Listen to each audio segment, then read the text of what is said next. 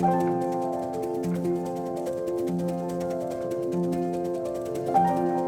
back to Soma Psyche. This is the second video in a little series that we're doing on the body and time. And so make sure you watch the intro so you have context for what you're about to hear. But what we want to share with you in this video is a diagram that I first encountered in a training. The training was a microphenomenological interview training, which is a research method, and I'll talk about that some other time. But in general, that word microphenomenology is a fancy word for the microscopic elements of an experience. So the tiny bits of how we sense and experience the things of our life. And in that context, they were speaking about how to research them. In this context, we're going to talk about how this applies to therapeutic encounters. So besides that training, the microphenomenology training that was led by Claire Petit-Magin, this was taken from Husserlian Phenomenology. So I'm going to let you talk about Herschel for a moment because you know more about him. Husserl. I can never say his name, right? Yeah, is a philosopher that was really, we reference him a lot in our trainings in reference to intersubjectivity. One of the first philosophers who's doing work on the phenomenological experience of being in relationship to other humans and this idea of intersubjectivity, or kind of that space between two subjects, and the influence of the reciprocal conditioning. Does a lot of trying to understand epistemology, what we know, based on phenomenology, what we experience. So it's a very deep dive into philosophy. Yes, and it's lovely if you want to venture in there. Yes. So this diagram that we're going to share with you has its roots and its origins in his teachings. So if you are familiar with his work, that's going to come out as we talk about this. So what we wanted to share about this particular diagram is that we feel like it's a really good representation of the interaction between time and space, or the matter of things. Yeah. And when we say matter in this context, we really mean like the biological cellular matter, like the actual matter of us, and how it is experienced and part of our experiences. Yeah, the complex chemical influence on our physical being as it's shaping what we experience. Yes. Yeah. So the basic construct that we want to share about this, and Caleb, you can make notes as I'm talking here. Yes. I'll do, maybe you're Vanna. I don't know which one of us is Vanna, but that's okay. we'll Vanna together. So each of these points along the timeline, this is representative of the passage of time. And when we're speaking experientially, it's usually helpful to think in very short snippets. So if we were working with a client or for research purposes, either one, we wouldn't be picking a 3 hours long experience. That would be way too much to try to tackle. Too much experience, yeah. Exactly. Because the whole point of understanding this way of conceptualizing our work is to realize that there is a vast amount of information that is held subconsciously in the space of us and the matter of us that is really useful for us to know how to tap into. And so a passage of time may be a 3-minute long experience. And within that 3-minute long experience, there's particular points of interest or sensory intensity that we can identify. So we'll pick an example experience to kind of model this. Do you have one in mind, or do you want me to pick one? You can pick one. Okay. So let's go with one that's kind of common for a lot of people, which would be petting a dog. Okay. So in the encounter of petting a dog, this might last for a grand total of 60 seconds. Okay. So that is the passage of time. And if I was going to be talking to somebody about this with the goal of exploring the richness of that experience, we might identify that there were a few key points along that 60-minute unfolding that are particularly potent. So maybe the first one is I'm sitting on my couch and my dog jumps up on my lap. So we have point A being the moment that the dog is now on my lap and I feel the pressure and the warmth of his little body. That could be point A. Point B is the experience of him getting up in my face and licking, right? Licking, which is his way of asking for pets, right? Mm-hmm. And then point number C is me actually stroking his ears and the feeling of his fur. So all of that takes maybe 60 seconds, right? And what is fascinating about the body is that underneath each of those particular points that we can identify is worlds, like so much information, so much sensory, emotional information that we can tap into and help our clients and ourselves, because this is fascinating to do for ourselves as well, by deepening into these particular periods. And what we mean by deepening, do you want to draw now? Yeah. Okay, yeah. go ahead. Yeah. What we mean by deepening is that at each of these points, let's say that's point A, right? We could draw a line straight down. From the third one? Sure. Is that straight? No, keep going. All the way down. All the way down. Yep. Yep. And then we have point B, and we're going to do the same. From this perspective, that looks diagonal, but I trust that they're straight. Yes. I think they're somewhat straight. From my angle, they're straight. They may be a little bit diagonal. Okay, so point C. So it is not intentional that this begins to look a bit musical, although I think that's okay that there's a connection there.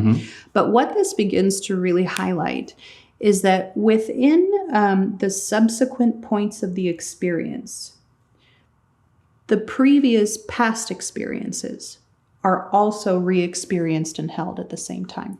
Yeah. This is approximately a 30 to 60 second experience of our life. But if we wanted to, which we never would because it would take an extraordinary amount of time, we could do this for a whole week of someone's life. And we would have lines of experience running. And we could expand that to a whole year, a whole lifetime worth of experience. And what this does a good job of highlighting is remembering that as time passes, our previous experiences go deeper and deeper into our subconscious and unconscious.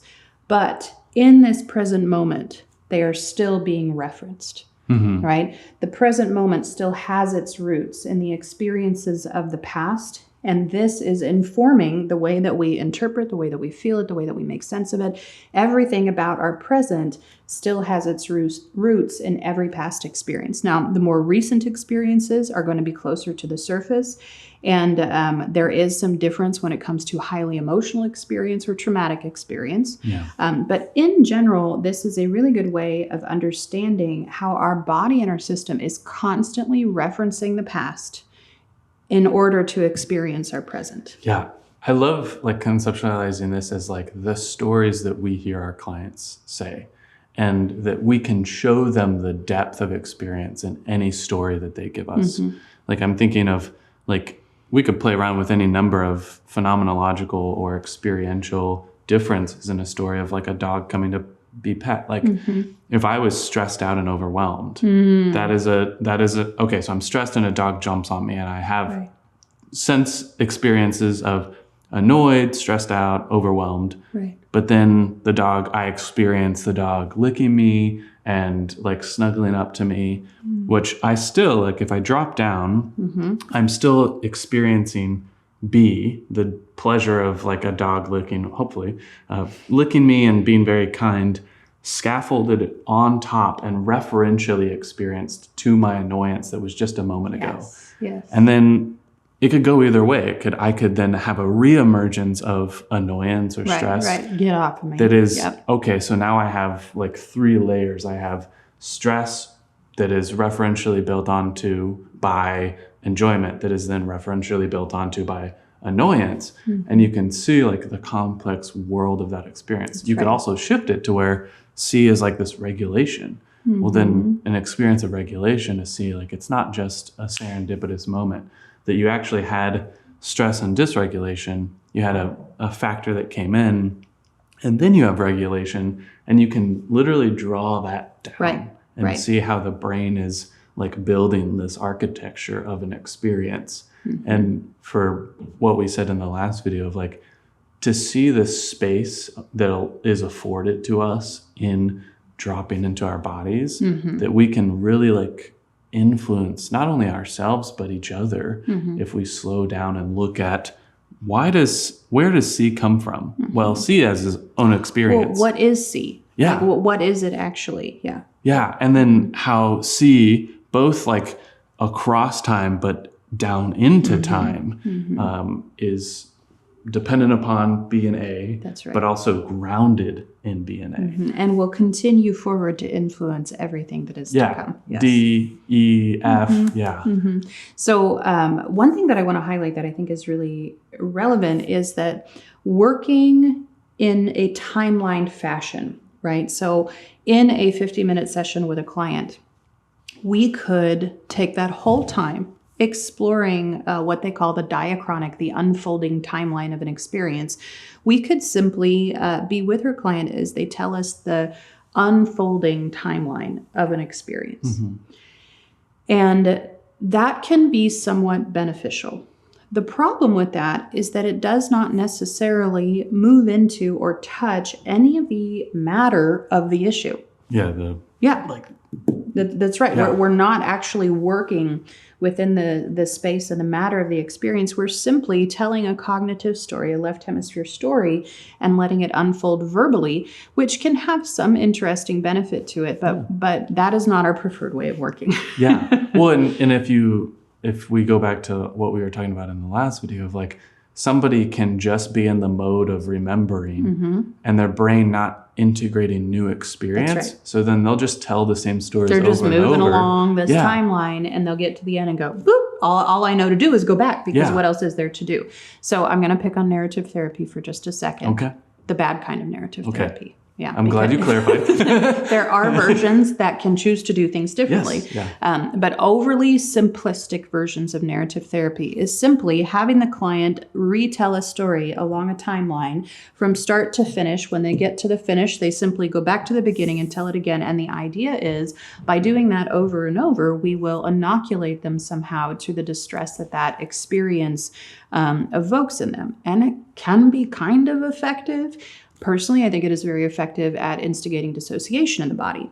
So what is the alternative to actually trying to make change? And so this diagram highlights the fact that as therapists, we can do one pass at this. We would call that history taking.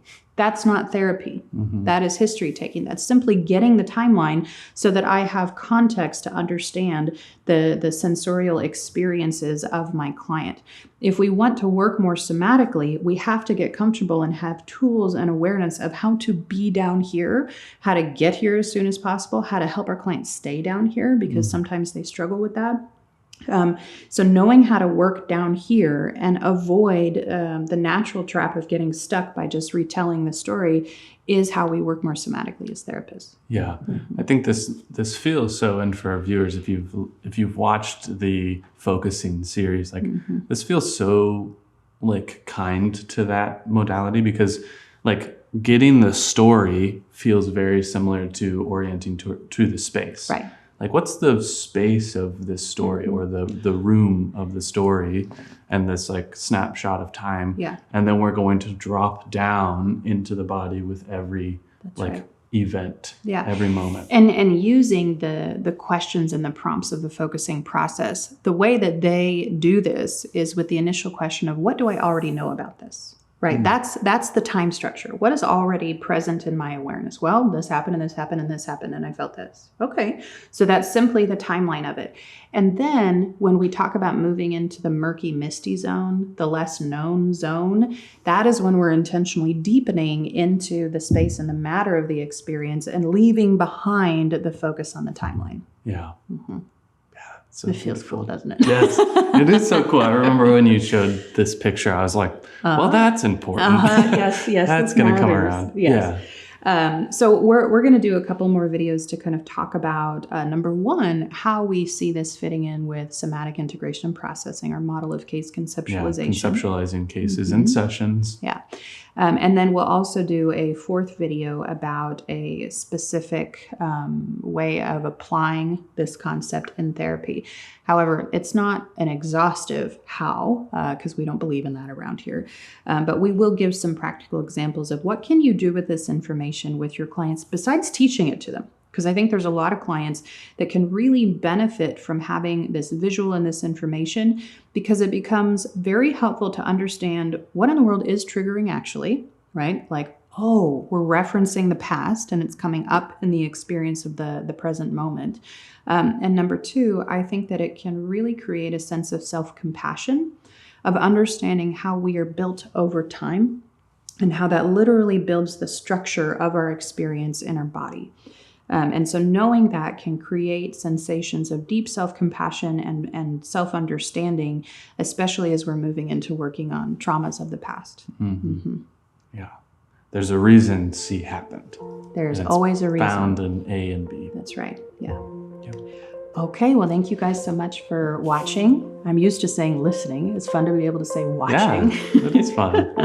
And we will be back with a couple more videos in this series.